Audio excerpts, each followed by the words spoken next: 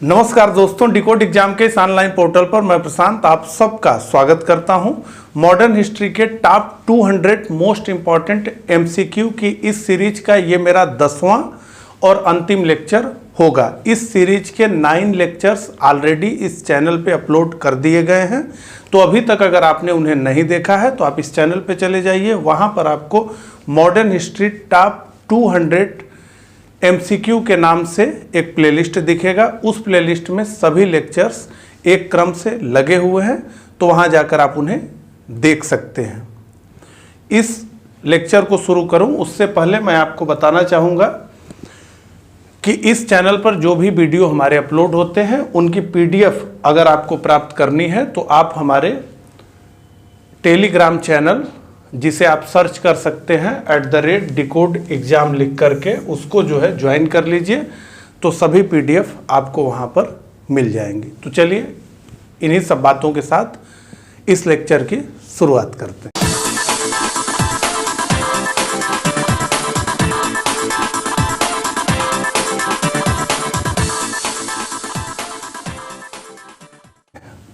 तो पहला प्रश्न हम देखते हैं, ठीक है। अब ये इस सीरीज का हमारा अंतिम लेक्चर है, तो राष्ट्रीय आंदोलन से जुड़े हुए महत्वपूर्ण 26 क्वेश्चंस को इस सीरीज में हम डिस्कस करेंगे। तो पहले प्रश्न को देखते हैं।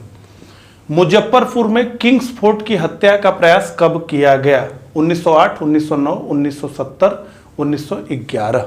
तो ये किया गया 1908 में। इससे जुड़ी हुई बात हम पहले जो है कर चुके हैं कि इसी घटना की कि किंग्स फोर्ट के गाड़ी पर जो बम मारा गया था प्रफुल्ल चाकी और खुदीराम बोस के द्वारा 1908 में, उसी का समर्थन अपने अखबार केसरी में लोकमान्य तिलक ने समर्थन किया था। इसकी बात हमने जो है की थी, ठीक है। तो इसमें क्या हुआ था? किंग्स फोर्ट की गाड़ी पर प्रफुल्ल चाकी और खुदीराम बोस ने बम मारा था। हालांकि ये किंग्स फोर्ट उस गाड़ी में नहीं था, कुछ निर्दोष महिलाएं थी, उनकी मृत्यु हो गई। बाद में जो है ये प्रफुल्ल चाकी ने तो आत्महत्या कर ली इस घटना के बाद, और खुदीराम बोस को अंग्रेजों ने 11 मई 1908 को 19 वर्ष की आयु में जो है फांसी पर इनको चढ़ा दिया गया। तो सबसे कम उम्र में शहीद होने वाले ये भारत के पहले नौजवान थे। अब दूसरे प्रश्न की तरफ बढ़ते हैं। किसने सचिंद्र नाथ सान्याल द्वारा स्थापित हिंदुस्तान रिपब्लिकन एसोसिएशन यानी HRA का नाम बदलकर हिंदुस्तान सोशलिस्ट रिपब्लिकन एसोसिएशन यानी HSRA कर दिया था? रास बिहारी बोस, बटुकेश्वर दत्त, सरदार भगत सिंह, चंद्रशेखर आजाद। इसका उत्तर है चंद्रशेखर आजाद, ठीक है। तो 1924 में कानपुर में हिंदुस्तान रिपब्लिकन एसोसिएशन यानी HRA की स्थापना सचिंद्र नाथ सान्याल, राम प्रसाद बिस्मिल, योगेंद्र चंद्र आदि क्रांतिकारियों ने की थी। इसका बाद में नाम बदल करके HSRA यानी Hindustan socialist Republican association. Socialism का प्रभाव जो है रूसी क्रांति के बाद जो है पूरी दुनिया में बढ़ रहा था, उसी से प्रभावित होकर के इसके नाम के में जो है सोशलिस्ट शब्द जोड़ा गया, ठीक है। इसके प्रमुख सदस्य भगत सिंह, सुखदेव और भगवती चरण बोहरा, जिन्होंने बम का दर्शन नामक एक लेख लिखा था। अगला, लाहौर षड्यंत्र कांड में निम्नलिखित में से किस क्रांतिकारी को फांसी नहीं हुई थी? बटुकेश्वर दत्त, सुखदेव, सरदार भगत सिंह, राजगुरु। तो उत्तर है ए, बटुकेश्वर दत्त, ठीक है। तो इस केस में बटुकेश्वर दत्त को फांसी नहीं हुई थी, बाकी जो है भगत सिंह, राजगुरु और सुखदेव को जो है फांसी के फंदे पर चढ़ाया गया 23 मार्च 1931 को, और इनको काला पानी की सजा दी गई। बटुकेश्वर दत्त को काला पानी की सजा का मतलब होता था अंडमान निकोबार द्वीप पर जो जेल थी उसमें जो है अंग्रेज बंद कर देते थे, उसे काला पानी की सजा कही जाती है। हालांकि बाद में बटुकेश्वर दत्त जब भारत आज़ाद हो गया तो उनके साथ बहुत जो है सम्मानजनक व्यवहार नहीं हुआ, तो ये हमेशा ये कहते थे कि इन्हीं लोगों के साथ मुझे भी फांसी पर अगर चढ़ा दिया गया होता तो मैं ये दिन नहीं देखता। हाँ, अब अगले तरफ बढ़ते हैं। निम्नलिखित में से कौन सी घटना पहले घटित हुई? साइमन कमीशन का आगमन, गांधी इरविन समझौता, भारत छोड़ो आंदोलन और दांडी मार्च। तो सबसे पहले साइमन कमीशन का आगमन, उसके बाद दांडी मार्च, उसके बाद गांधी इरविन समझौता और उसके बाद भारत छोड़ो आंदोलन। ठीक है, ये यहाँ पर आप देख सकते हैं। तो इसका उत्तर होगा ए। अब सबके बारे में हम एक एक मिनट बात कर लेंगे। तो साइमन कमीशन भारत सरकार अधिनियम 1919 में आया था। उसी भारत सरकार अधिनियम में यह प्रावधान था कि 10 वर्ष के बाद एक कमेटी गठित होगी जो इसकी जांच करेगी। हालांकि विभिन्न कारणों से ये जो है 2 वर्ष पूर्व यानी 1927 में ही इस कमेटी का गठन किया गया। ये वैधानिक आयोग, ठीक है, साइमन कमीशन, सर साइमन इसकी अध्यक्षता कर रहे थे। ये 7 सदस्यीय आयोग था जिसमें एक भी भारतीय सदस्य नहीं थे और इस नाते से जो है ये निर्णय लिया कांग्रेस ने कि साइमन कमीशन का उसके सभी रूप में हम जो है बहिष्कार करेंगे। ठीक है, साइमन कमीशन के बाद अब दांडी मार्च की बात करते हैं। तो दांडी यात्रा जो है महात्मा गांधी ने शुरू की थी। साबरमती आश्रम से दांडी तक की ये यात्रा थी। नमक कानून को इन्हें तोड़ना था। दांडी पहुंच करके नमक बना करके इन्होंने अंग्रेजों का कानून तोड़ दिया। तो इसे क्या कहा गया? सविनय अवज्ञा, यानी अंग्रेजों के कानून की अवज्ञा। अंग्रेजों का कानून क्या था कि नमक नहीं बना सकते, इन्होंने क्या किया? नमक बना दिया। इसका मतलब क्या हुआ कि इन्होंने अंग्रेजों के कानून की अवज्ञा कर दी। इसे ही सविनय अवज्ञा कहा गया। अब इसमें जो है 2 बातें हैं। गांधी जी ने 12 मार्च 1930 से अपनी यात्रा साबरमती से शुरू की 78 स्वयंसेवकों के साथ। इनके साथ बेब मिलर जो एक अमेरिकी पत्रकार था वो भी था। तो कुछ लोग कहते हैं कि इसी 12 मार्च 1930 से ही सविनय अवज्ञा आंदोलन भारत में प्रारंभ हो गया। लेकिन और कुछ लोग ये मानते हैं कि 6 अप्रैल से हुआ जब गांधी जी ने नमक बना दिया। लेकिन इसका उत्तर यह है कि 6 अप्रैल से ही माना जाएगा, क्योंकि सच में अवज्ञा कब हुई? 6 अप्रैल को हुई। कैसे हुई? नमक बना करके हुई। ठीक है, अब आगे बढ़ते हैं। गांधी इरविन समझौता क्या हुआ? तो गांधी इरविन समझौता जो है इसी आंदोलन के दौरान गोलमेज सम्मेलनों का आयोजन हुआ। ये 3 गोलमेज सम्मेलन थे, आगे बात हम करेंगे। तो उसमें चाहते थे कि गांधी जी का भी रिप्रेजेंटेशन हो। तो अंततः गांधी इरविन के बीच जो है समझौता हुआ, जिसे गांधी इरविन समझौता कहते हैं। उसके बारे में डिटेल में आगे हम बात करेंगे। और भारत छोड़ो आंदोलन के बारे में आप लोग परिचित ही हैं। अब आगे बढ़ते हैं अगले प्रश्न पे। ठीक है, नमक सत्याग्रह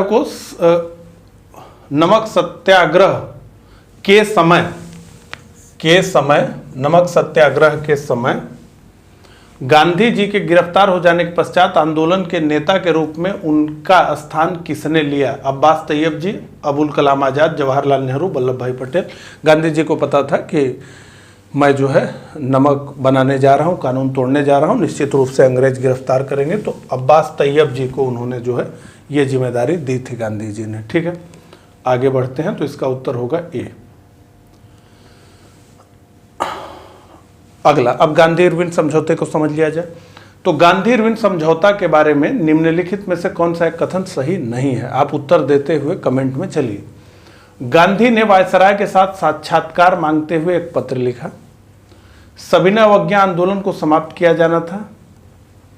कारावास में बंद स्वतंत्रता सेनानियों को छोड़ा जाना था। समस्त अधिगृहित जमीनें मूल स्वामियों को लौटाई जानी थी। तो इसमें डी जो है सही नहीं है। ठीक है, तो ये क्या था? गांधी इरविन समझौता हुआ। गांधी और उस समय तत्कालीन गवर्नर जनरल जो था लॉर्ड इरविन। तो इस समझौते का निष्कर्ष क्या था? तो इस समझौते का ये निष्कर्ष हुआ, पहला, कि जितने भी गैर हिंसक राजनीतिक कैदियों को अंग्रेजों ने इस आंदोलन के दौरान बंद किया है उन्हें छोड़ देगा। यहाँ एक चीज़ जानिए, गैर हिंसक की बात मैं कर रहा हूँ, हिंसक नहीं। ठीक है, जिनके ऊपर किसी को मारने का, बम फोड़ने का जो है इस तरह का आरोप है उनको नहीं। जो गैर हिंसक राजनीतिक कैदी थे, यानी कुल मिलाकर के कांग्रेसी जो कैदी थे। उसके अलावा निजी उपभोग के लिए नमक बनाने का अधिकार दे दिया गया। सत्याग्रहियों की जो संपत्ति इस आंदोलन के दौरान कुर्की भी अंग्रेजों ने किया था तो उसको भी वापस कर दिया गया। और विदेशी कपड़ों और शराब की दुकानों पर जो है ये इसका विरोध जो है कांग्रेसी करते थे, तो उनको इजाज़त हो गई कि आप धरना प्रदर्शन करेंगे।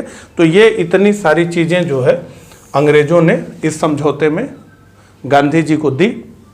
गांधी ने इसके बदले में इन सब चीज़ों के बदले में ये कहा कि कांग्रेस ने सविनय अवज्ञा आंदोलन को स्थगित कर दिया, समाप्त नहीं किया, स्थगित कर दिया, और जो है द्वितीय गोलमेज सम्मेलन में भाग लेने के लिए गांधी जी तैयार हो गए। इसी गांधी इरविन समझौते से जुड़ा हुआ एक तथ्य ये है कि कहा जाता है कि गांधी इरविन समझौते में पूरा देश ये चाहता था कि गांधी जी ये कहें कि भगत सिंह को अंग्रेज फांसी पर न चढ़ाएं, लेकिन कहा जाता है कि गांधी जी ने इस विषय को वहाँ उठाया ही नहीं और समझौता करके चले आए। पूरे देश में इस बात को लेकर नाराजगी थी, खासकर पंजाब में।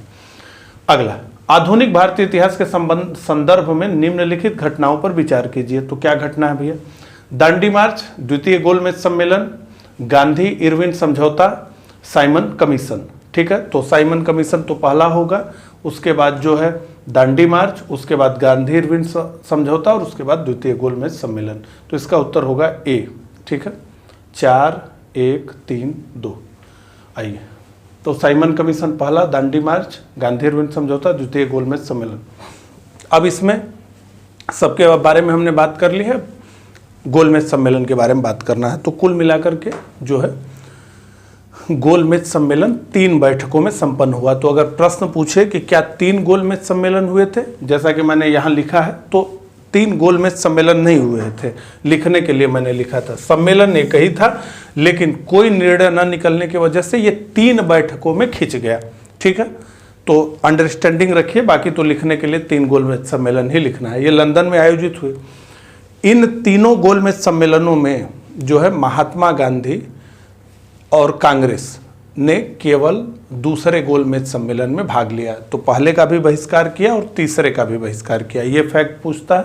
उसके अलावा जो है डॉक्टर भीमराव अंबेडकर ने तीनों गोलमेज सम्मेलनों में भाग लिया। तो द्वितीय गोलमेज सम्मेलन में क्या हुआ?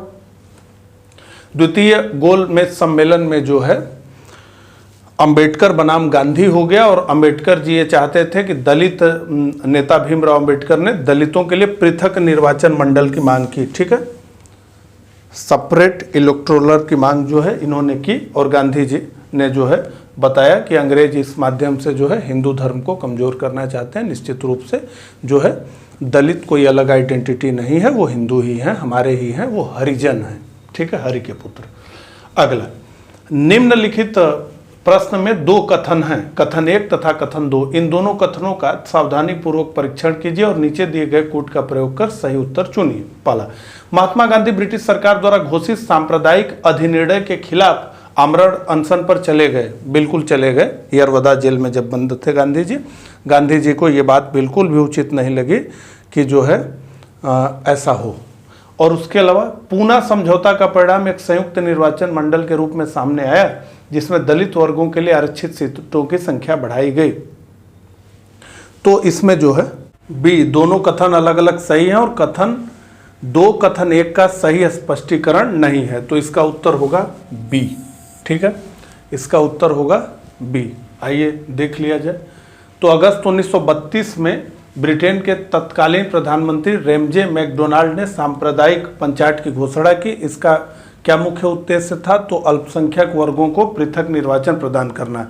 इस पंचायत के जरिए क्या हुआ? मुस्लिमों, सिखों, एंग्लो इंडियन और वंचित समूह यानी दलितों को भी पृथक निर्वाचन दे दिया गया। ये जो है अंग्रेजों की भारतीयों की बांटने की साजिश। तो इसी पंचायत के खिलाफ यानी दलितों को पृथक निर्वाचन न हो, इसके विरोध में जो है यरवदा जेल में बंद थे गांधी जी, अनशन पे चले गए। और अंततः जो है गांधी जी अनशन पर हैं, आमरण अनशन पर हैं, उनके साथ कुछ हो न जाए इस डर से जो है फिर डॉक्टर अंबेडकर गए और दोनों लोगों में एक समझौता हुआ। उसमें यह कहा गया कि सेपरेट इलेक्टोरल मत लीजिए, सामान्य निर्वाचन में ही जो है लड़िए, लेकिन आपको जो है सीटों का आरक्षण दे दिया जाएगा। जैसे आज है ना एससी के लिए, एसटी के लिए आरक्षित, तो वो बात। अगला, निम्नांकित में से किसने डॉक्टर BR अंबेडकर पर यह कहकर आक्रमण किया कि अंबेडकर को उदार ब्रिटिश सरकार द्वारा थोपा गया नेतृत्व प्राप्त हुआ था क्योंकि उनकी सेवाएं राष्ट्रवादी नेताओं को बाधा पहुंचाने के लिए आवश्यक थी? तो ये बात उसी पर कहा गया जो पृथक निर्वाचन की मांग कर रहे थे डॉक्टर अंबेडकर, और इस बात को कहा डॉक्टर BS मुंजे ने, ठीक है, उन्होंने ये बात कही थी। अगला, जियारत आंदोलन कहाँ प्रारंभ हुआ? नागालैंड, त्रिपुरा, मणिपुर, मिजोरम। तो इसका उत्तर होगा मणिपुर C। जियारत आंदोलन सविनय अवज्ञा आंदोलन के साथ प्रारंभ हुआ, ठीक है। और यदु नाग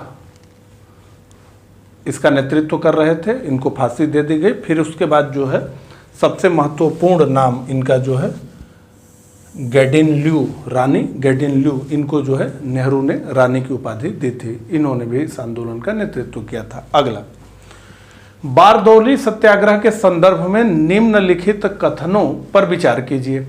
यह सत्याग्रह इस क्षेत्र के मिल मालिकों द्वारा प्लेग बोनस वापस लेने के विरोध में किया गया था। इस सत्याग्रह के दौरान वल्लभ भाई पटेल को सरदार की उपाधि दी गई थी। निम्न में से कौन सा से सही है? केवल एक, केवल दो, एक और दो, ना तो एक ना ही दो। तो इसमें केवल दो सही है, ठीक है। तो जनवरी 1926 में भू राजस्व में अत्यधिक वृद्धि के विरोध में जो है सरदार पटेल के नेतृत्व में इस आंदोलन को चलाया गया था, और बहुत अच्छे से जो है इस आंदोलन को सरदार पटेल ने लीड किया। इसी बात को देखते हुए वहाँ की महिलाओं ने जो है सरदार पटेल को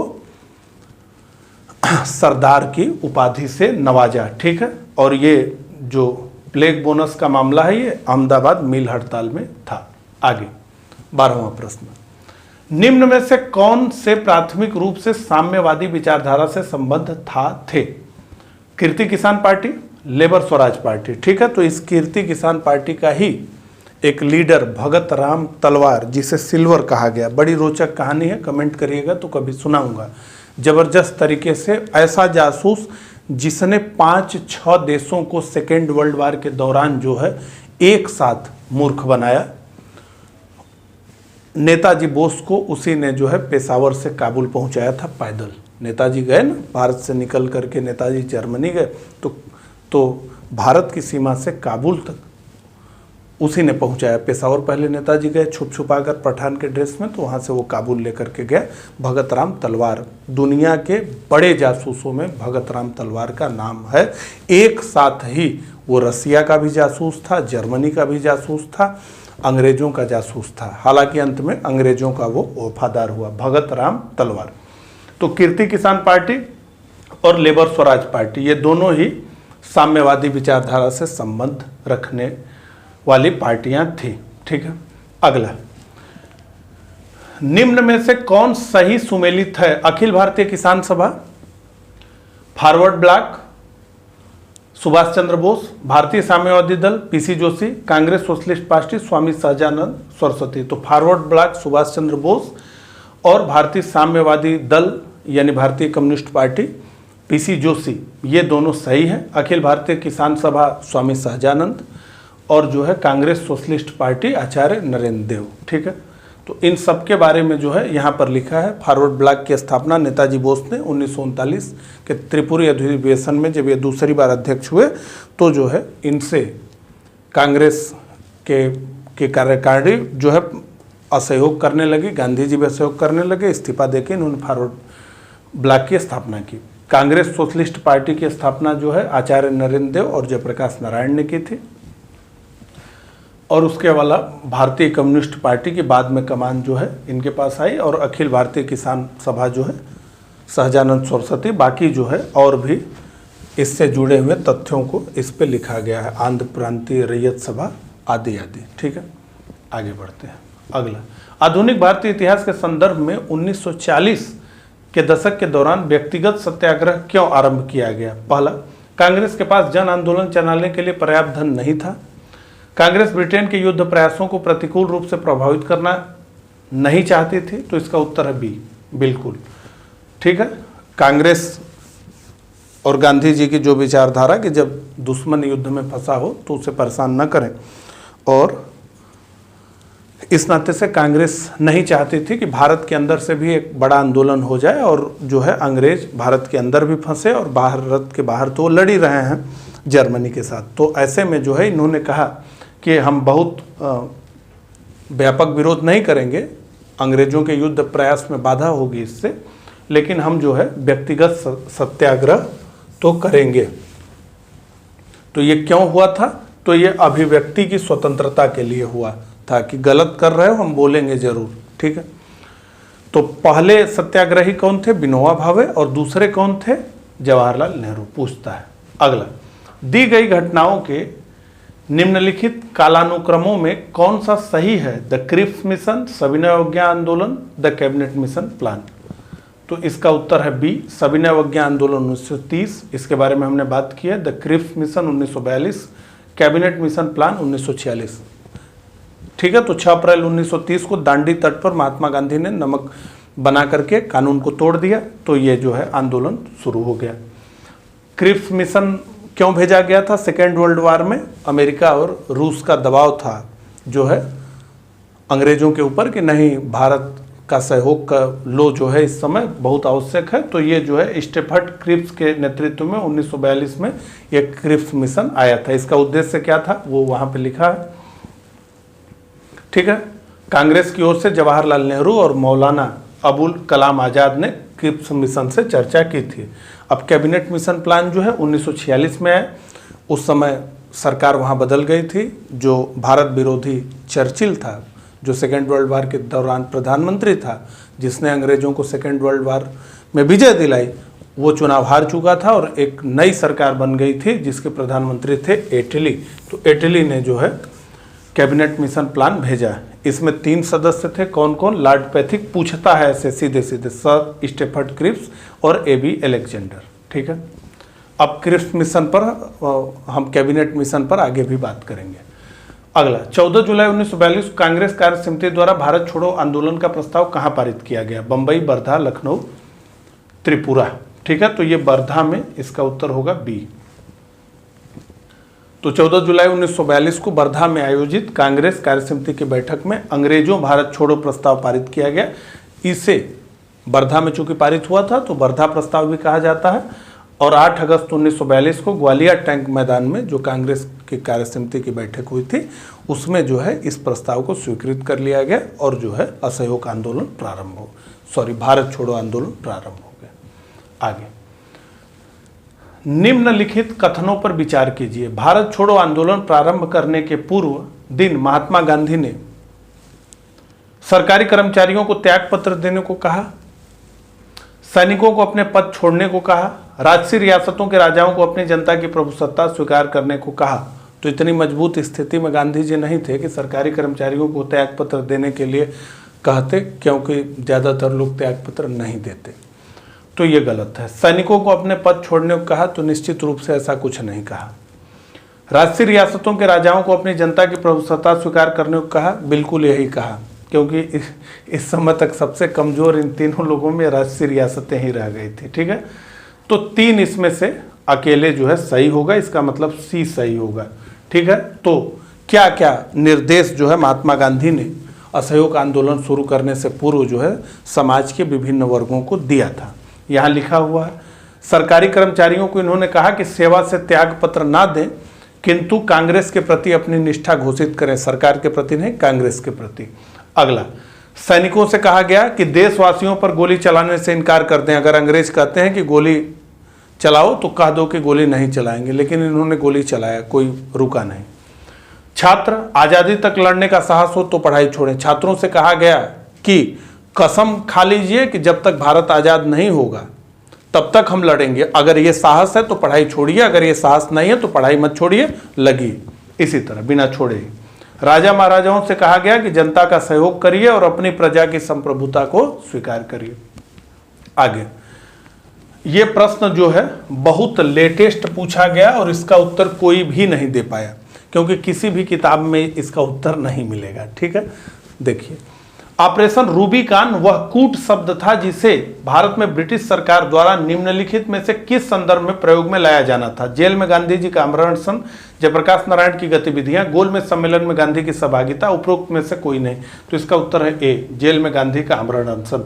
तो ये मामला ये था कि जो है जेल में गांधी जी आमरण अनशन पे थे, तो अंग्रेजों ने डॉक्टरों से, जो अंग्रेजी सरकार डॉक्टर से विचार हुआ कि अगर गांधी जी की मृत्यु हो जाती है तो आपको जो है बंबई सरकार को प्रांतीय सरकारों के पास क्या कूट भेजना है? रूबिकान। ठीक है, रूबिकान। आगे, भारत छोड़ो आंदोलन के समय निम्नांकित में से किसने कांग्रेस रेडियो का प्रसारण किया? अरुणा असफ अली, जयप्रकाश नारायण, उषा मेहता। तो उषा मेहता इसका जो है उत्तर है। ठीक है, उसके बारे में यहाँ डिटेल लिखी हुई है। आगे बढ़ते हैं। भारतीय स्वातंत्र संघर्ष के दौरान निम्नलिखित में से किसने द फ्री इंडियन लीजन नामक सेना बनाई? लाला हरदयाल, रास बिहारी बोस, सुभाष चंद्र बोस, बी.डी. सावरकर। तो इसका उत्तर होगा सी, सुभाष चंद्र बोस। सुभाष चंद्र बोस जी जब जर्मनी पहुंचे तो वहां पर जर्मनों ने अफ्रीका से सेकेंड वर्ल्ड के वार के दौरान जो है कई भारतीय सैनिकों को पकड़ा था। उन्हीं को जो है संगठित करके इन्होंने एक सेना बनाई जिसका नाम था द फ्री इंडियन लीजन। ठीक, आगे,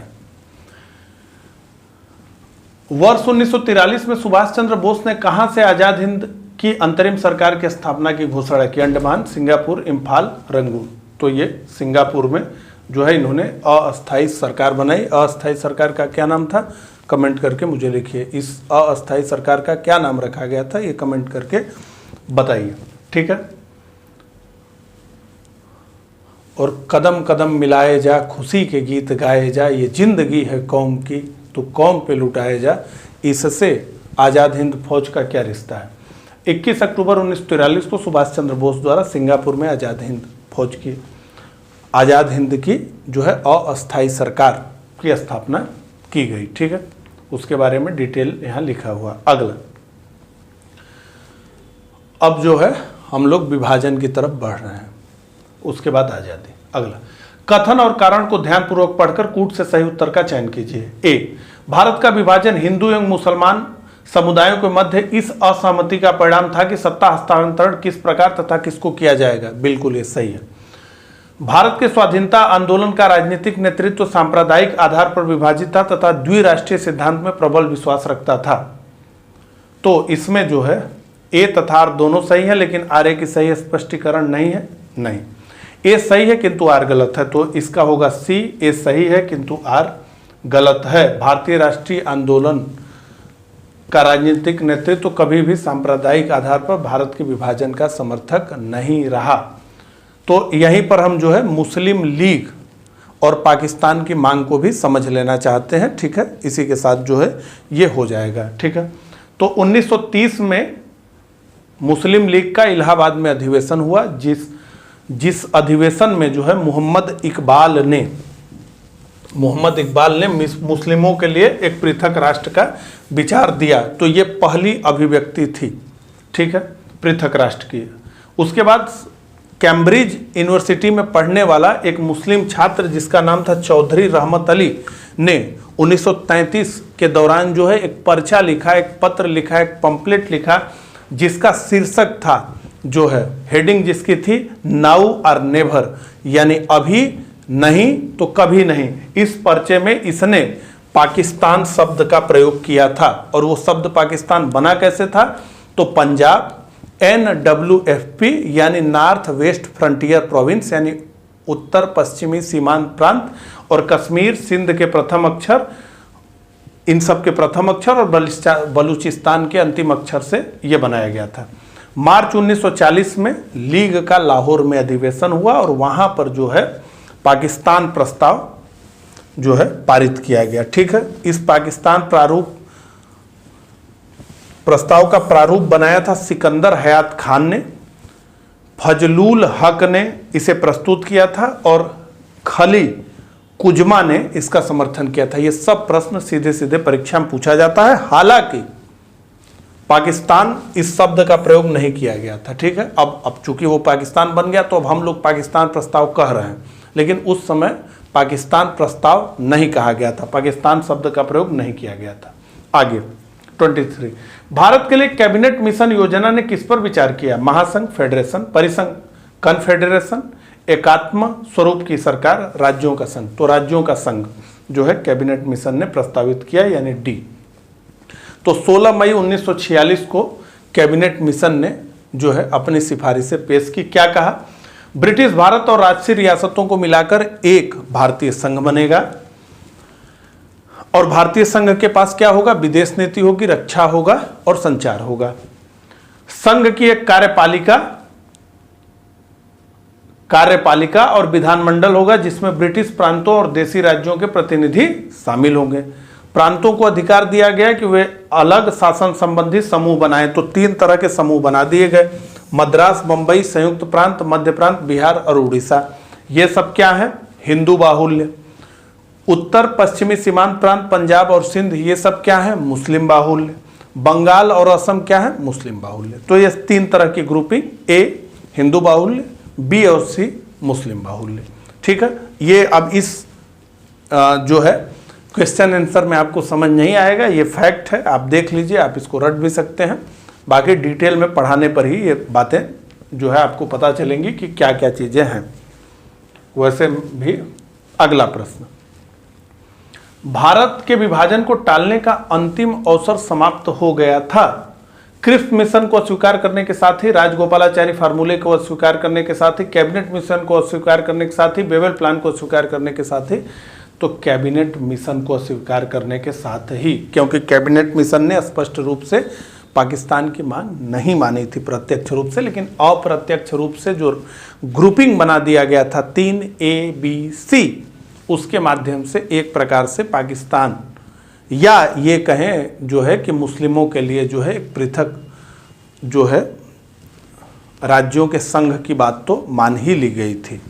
ठीक है, तो मुस्लिम लीग जो कि पाकिस्तान की मांग कर रही थी, उसने 6 जून 1946 को कैबिनेट मिशन प्लान को स्वीकार कर लिया, लेकिन बाद में वो फिर पलट गए 29 जुलाई को और कहा कि हम नहीं मानते। और जब मुस्लिम लीग ने कहा कि हम कैबिनेट मिशन को नहीं मानते, तो ये तय हो गया कि अब जो है भारत का विभाजन तो होगा ही होगा। अगला,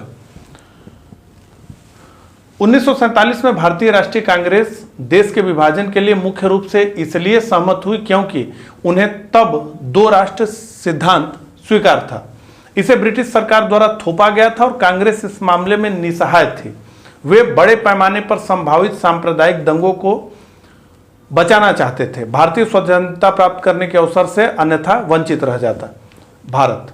वे बड़े पैमाने पर संभावित सांप्रदायिक दंगों को बचाना चाहते थे। इसका उत्तर यही है। ठीक है, बहुत तेजी से जो है, इससे पहले भी डायरेक्ट एक्शन डे मनाया गया जो है, उसमें हिंदुओं को मारा गया, तो दंगे तो हो ही रहे थे, तो अब और दंगे होंगे। इस बारे में जो है सबसे महत्वपूर्ण सरदार वल्लभ भाई पटेल ने जो है कहा कि मैंने ये अनुभव किया कि यदि हम भारत का विभाजन नहीं स्वीकार करते तो भारत छोटे छोटे टुकड़ों में बंट जाएगा और पूर्णतया नष्ट हो जाएगा।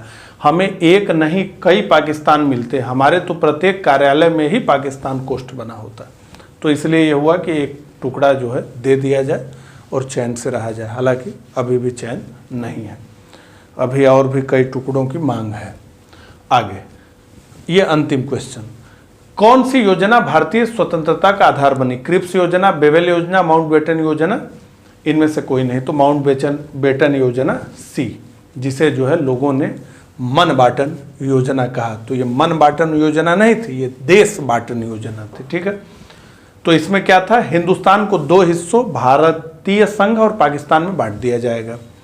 बंगाल और पंजाब विधानसभा की अलग अलग बैठक बुलाई जाएगी और अगर उनमें से कोई चाहे तो प्रांत का विभाजन होगा, यानी वोटिंग होगी और उसके हिसाब से जो विभाजन करके आधा पाकिस्तान और आधा भारत। उत्तर पश्चिमी सीमांत प्रांत NWFB, असम के सिलहट में जनमत संग्रह द्वारा पता लगाया जाएगा कि क्या करना है, वहां वोटिंग होगी, फिर तय होगा कौन भारत में जाएगा कौन पाकिस्तान में जाएगा। तथा सिंध अपना निर्णय स्वयं करेगा, तो सिंध को अपना निर्णय करने के लिए स्वयं छोड़ दिया गया। ठीक है, तो इस प्रकार से मॉडर्न हिस्ट्री के टॉप 200 मोस्ट इम्पॉर्टेंट MCQ की ये सीरीज समाप्त हुई। बड़ा लंबा ये जो है खींच गई थी। ठीक है, तो इस लेक्चर में बस इतना ही। मिलता हूँ इसी तरह के अगले लेक्चर में, तब तक के लिए आप सभी को नमस्कार।